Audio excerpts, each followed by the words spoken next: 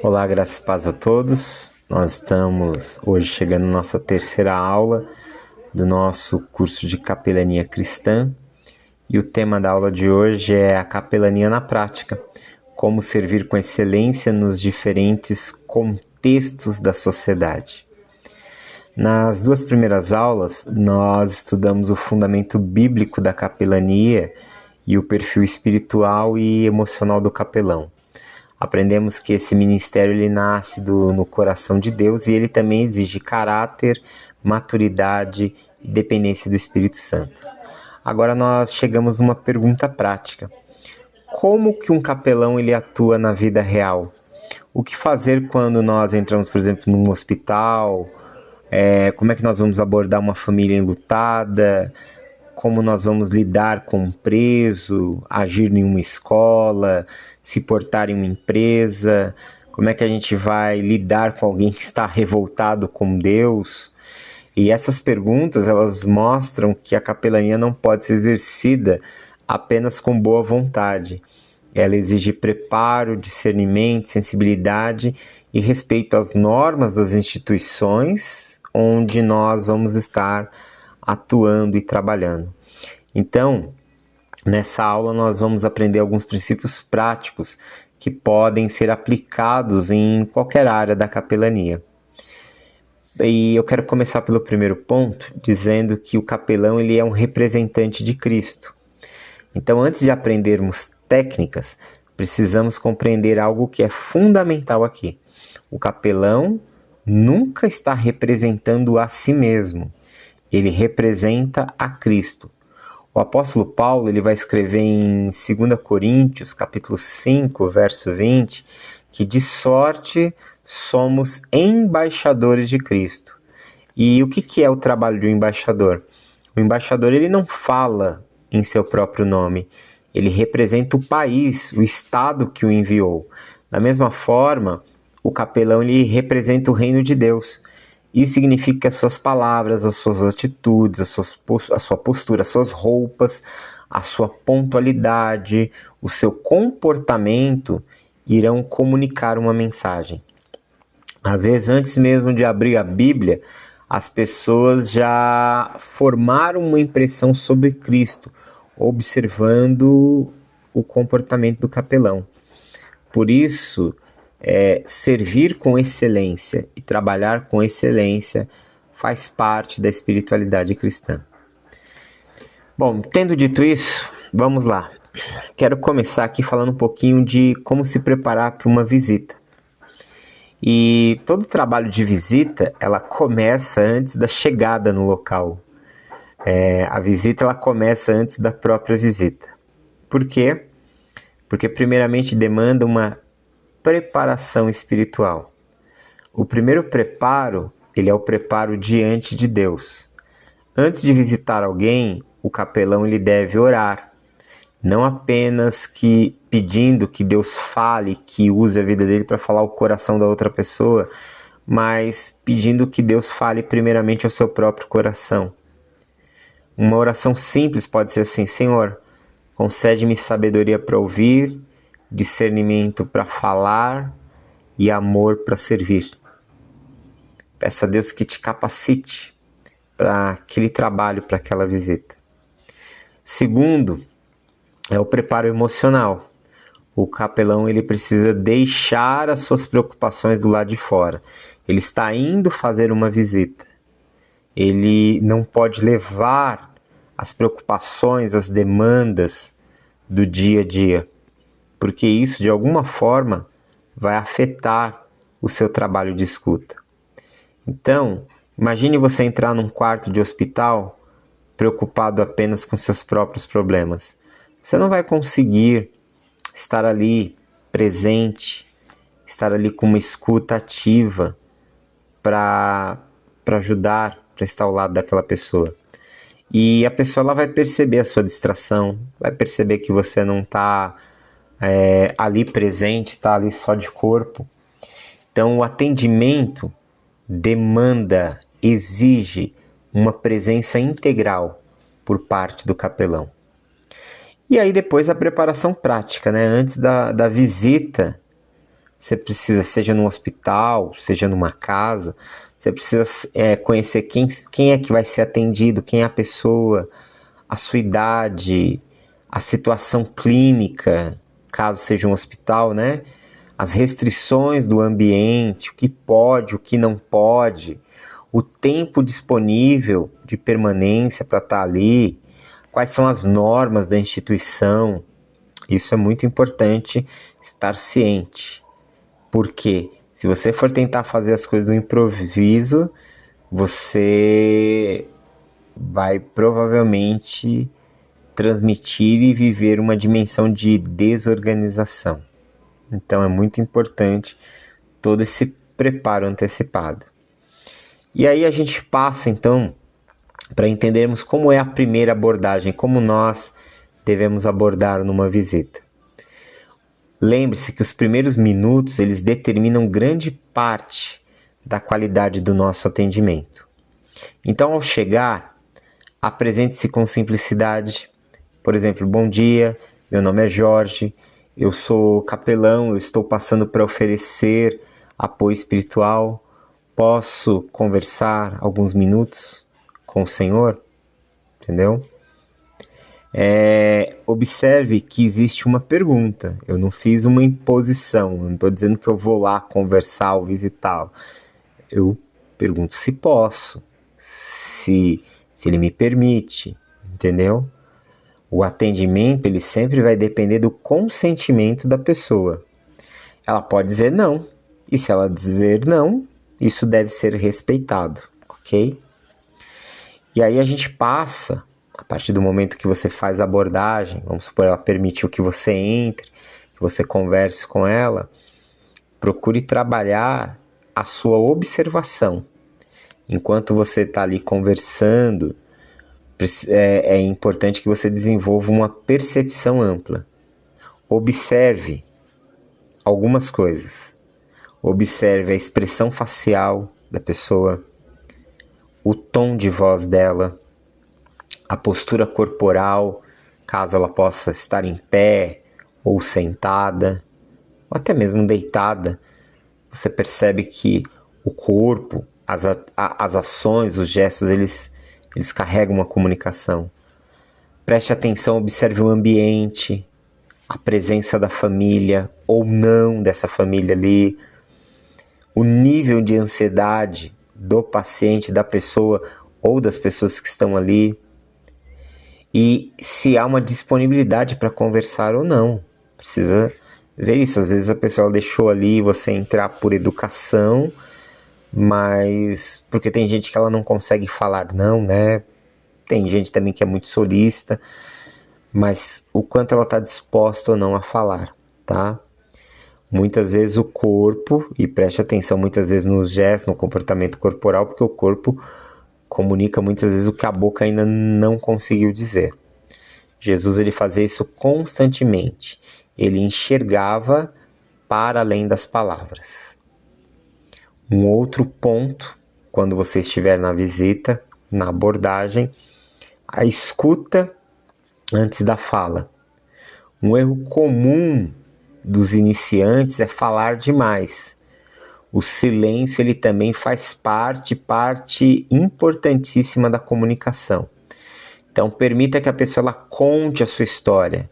Evite interromper a pessoa, não tente completar a frase, não transforme o atendimento em um testemunho da sua própria vida. O foco não é o capelão, o foco é quem está sofrendo ali, ok? E aí, faça perguntas que gerem acolhimento. Perguntas fechadas, muitas vezes encerram a conversa, por exemplo, está tudo bem? Aí a pessoa pode dizer sim, acabou. Ela provavelmente vai dizer sim. Agora, as perguntas abertas, elas favorecem o diálogo. Vou dar um exemplo aqui. Como você tem vivido esse momento? Você está entendendo? Então isso vai empurrar a pessoa para além de um sim ou de um não. O que mais te preocupa hoje? Existe algo pelo qual você gostaria que eu orasse? essas perguntas, além de demonstrar interesse pela pessoa, ela leva você também a entender melhor. Elas são perguntas que abrem para a possibilidade de um diálogo maior. E aí eu quero fazer um apontamento aqui sobre o uso da Bíblia, sobre o uso das Escrituras. E um dos maiores erros da capelania cristã é transformar a visita em uma pregação. Precisa lembrar que muitas vezes você não vai ter o espaço para isso, que muitas vezes não será o momento para isso. Às vezes, talvez, uma única passagem, a leitura de uma única passagem bíblica, basta, entendeu? E aí a gente tem muitos textos, né? Salmo 23, Salmo 41:10, Mateus 11:28, João capítulo 14, Romanos capítulo 8, Salmo 121. E a leitura ela precisa ser breve. E depois da leitura, permita alguns segundos de silêncio. A palavra ela precisa encontrar espaço no coração. E aí ela vai muito daquele momento de você e da situação. Talvez haja uma situação que te permita falar, expor um pouco, talvez não, talvez só a leitura. Isso vai variar muito do contexto, do lugar, da situação, ok? Em relação à oração, sempre pergunte se você pode fazer uma oração. Jamais imponha a oração.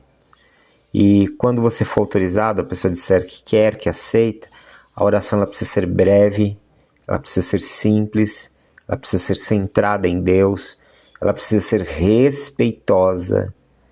Evite gritar, evite fazer um sermão da oração, usar uma linguagem técnica, fazer promessas que Deus não fez. A oração ela precisa levar esperança e não constrangimento com quem está ali. E aí, vou falar um pouquinho sobre o encerramento da visita. E tudo que eu estou falando aqui são pontos de apoio. Não é exatamente uma regra ou uma norma, mas é um modo, um caminho pelo qual você pode começar e deveria começar para que não haja comprometimentos no seu trabalho, ok? E aí o encerramento da visita, nunca termine de forma abrupta, levante ou vá embora. Agradeça pela confiança, fale para a pessoa, obrigado por compartilhar esse momento comigo, continuarei orando pela sua vida, pelo Senhor, pela Senhora, né? Gere essa conexão, sempre se despeça cordialmente, mantenha a serenidade, não prolongue desnecessariamente a visita, principalmente em hospitais. Muitos hospitais eles têm tempos. Tem vezes que um capelão ele pode entrar juntamente no horário de visita, e aí ele tem que lembrar que tem os parentes da pessoa, tem que lembrar que às vezes alguns permite que ele entre fora em um horário específico, e aí ele tem um tempo específico para estar ali. Então tudo isso precisa ser muito bem avaliado, ok? E eu usei aqui o exemplo da capelania hospitalar, tá?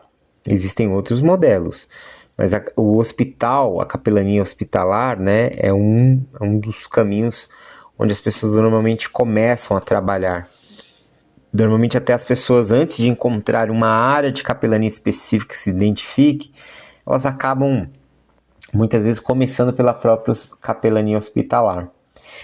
E o hospital é um dos campos mais conhecidos da capelania. Ali a gente vai encontrar dor, medo, incerteza, esperança, luto. Então, o capelão ele é aquele que visita o paciente, mas não só o paciente. Ele visita também a família do paciente, está envolto no trabalho do capelão, e não só ambos, mas também os profissionais da saúde, que estão ali trabalhando com aquela comunidade. Cuidados importantes que você precisa ter no trabalho de uma visita no hospital. Primeiro, nunca interrompa os procedimentos. Esperem eles serem realizados. Nunca entre no momento que esteja acontecendo o procedimento. Nunca discuta diagnóstico, por favor. Isso não é o nosso papel. Nunca questione as decisões médicas. Nunca retire equipamentos. Nunca toque em um paciente sem autorização. Isso é importante. O papel do capelão não é substituir o médico, é oferecer cuidado espiritual, ok? Então, essa é a capelania, uma síntese, um resumo do trabalho que a gente pode realizar dentro de um hospital como um capelão hospitalar. Tem também a capelania prisional, que também é um outro caminho, que também muitas pessoas começam a exercer o seu trabalho de capelania, porque no fim das contas, o que vai acontecer? Em algum momento você vai se identificar com um aspecto específico do trabalho de capelão.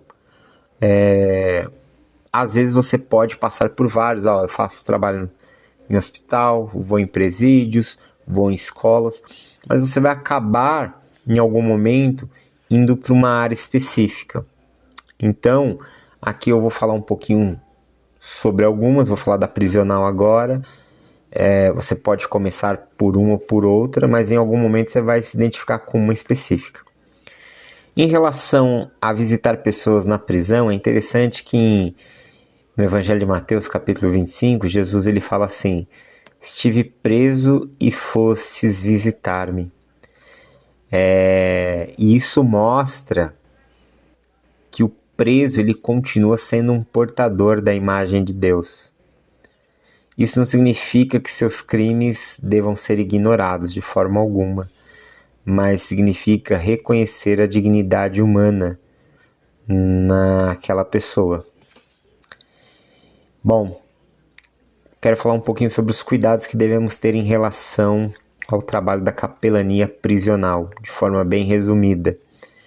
Primeiro, respeite todas as normas da unidade. Nunca leve objetos proibidos. Nunca faça promessas. Nunca transporte recados. É muito comum prisioneiros pedirem, querer que você leve cartas, alguma coisa para fora, e o correto é não fazer, porque você não sabe o conteúdo daquela carta, você não sabe o que está acontecendo ali. Você está entendendo? Não faça isso, não transporte recados. Nunca interfira em processos judiciais. O capelão ele oferece esperança, não privilégios. E outra, procure conhecer a instituição. Cada prisão em si, né? Cada presídio, ele tem normas diferentes, comportamentos diferentes. Tem uma regra geral, leis gerais que atrelam todos os presídios, mas cada presídio tem uma nuance diferente. Tem presídios que vão falar que você não pode estar com a roupa da cor tal, entendeu? Então conheça bem o presídio, conheça as normas, você pode entrar no site ali, ou numa página, ou propriamente ligar, entendeu? Para conhecê-lo, mas conheça antes as normas, para que a sua visita não seja impedida, entendeu? Para que você consiga realizar o seu trabalho com fluidez, com clareza e sem impedimentos também, ok? Tem também a capelania escolar, né? E a escola hoje em dia ela se tornou alvo de grandes desafios. Você tem essa dimensão de pessoas que sofrem bullying, você tem na escola pessoas com ansiedade, você tem o problema da automutilação, dos conflitos familiares, da violência, e o capelão nas escolas ele vai atuar oferecendo escuta, acolhimento, mediação, educação para gerar valores para a vida, apoio às famílias. Só que o capelão ele nunca vai substituir o psicólogo ou o orientador pedagógico. Ele vai sim trabalhar em parceria, ok? Temos também a capelania empresarial, e cada vez mais as empresas elas têm reconhecido a importância de desenvolver saúde emocional. Então o capelão ele pode oferecer escuta, apoio em meio ao luto, atendimento após acidentes, mediação de conflitos, acolhimento em momentos de crise, e seu objetivo ali não é fazer proselitismo, não é tentar arrastar os outros para sua religião, é simplesmente cuidar de pessoas. Esse é o trabalho do capelão nas empresas. O capelão que, por exemplo, atua em situações de crise, né?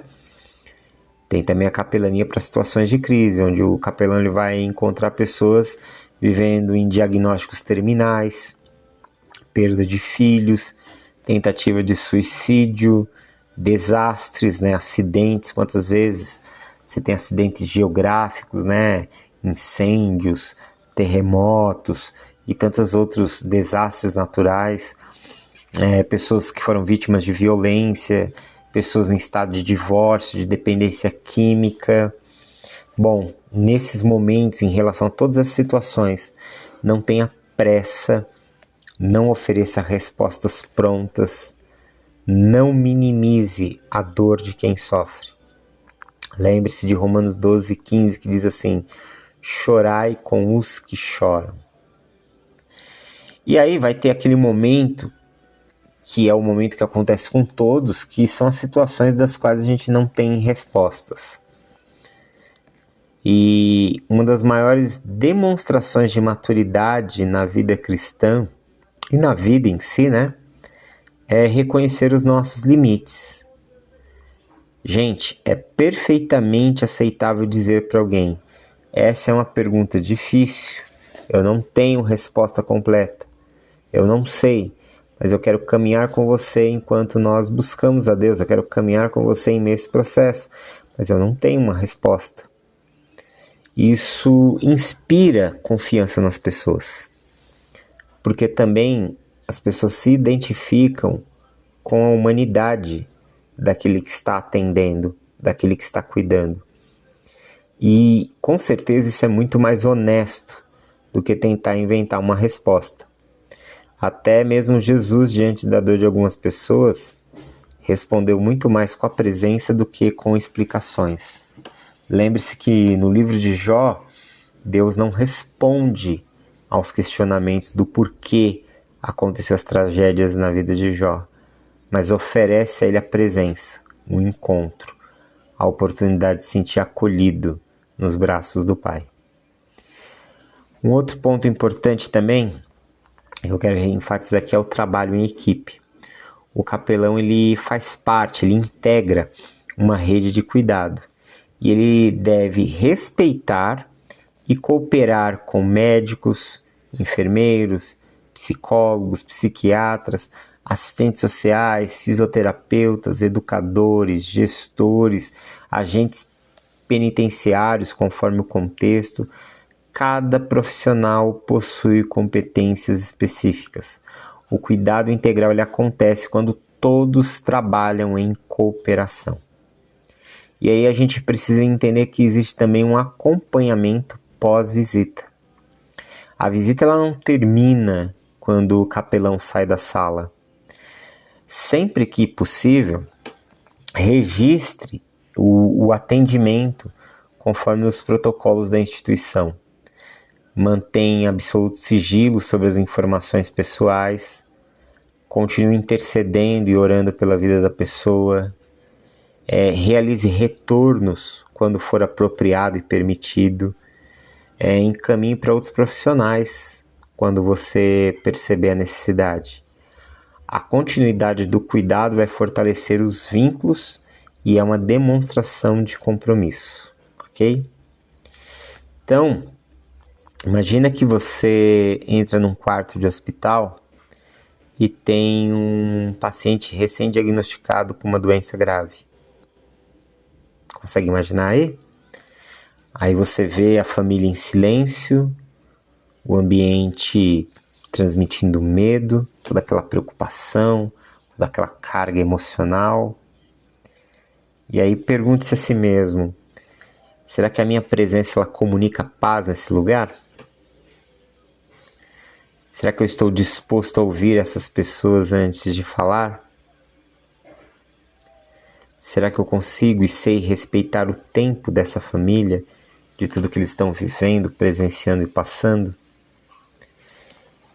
Será que eu estou preparado para sair daqui sem responder todas as perguntas que possam me fazer? Porque no fim das contas a capelania ela não consiste em resolver todos os problemas, consiste em garantir que ninguém enfrente o sofrimento sozinho. Lembre-se, capelania é um ministério de presença, ok? Então, para concluir a nossa aula, quero sempre lembrar mais uma vez, que a capelania ela exige o preparo sim técnico, exige maturidade espiritual, equilíbrio emocional, profundo respeito pela dignidade humana. Quero te lembrar que cada visita ela é única, mesmo a visita que você faz a uma mesma pessoa, cada visita é única porque é um momento específico. Cada pessoa carrega uma história, cada ambiente possui suas próprias regras e desafios. O capelão eficaz é aquele que aprende a unir competência e compaixão. Ele sabe quando falar e quando silenciar, quando orar e quando apenas segurar, quando intervir e quando apenas estar ao lado, quando aconselhar, mas também quando encaminhar para um outro profissional. Em todas as situações, a missão ela permanece a mesma. E qual é? Tornar visível a presença amorosa de Cristo. Essa é a nossa missão. Então, na próxima e na última, que será a última aula também, nós vamos estudar como anunciar a esperança cristã por meio de uma evangelização respeitosa e do acolhimento bíblico, refletindo sobre os limites e a atuação do capelão e o seu compromisso com o cuidado integral, ético e principalmente centrado no Evangelho. Deus abençoe em Cristo e um forte abraço e até mais.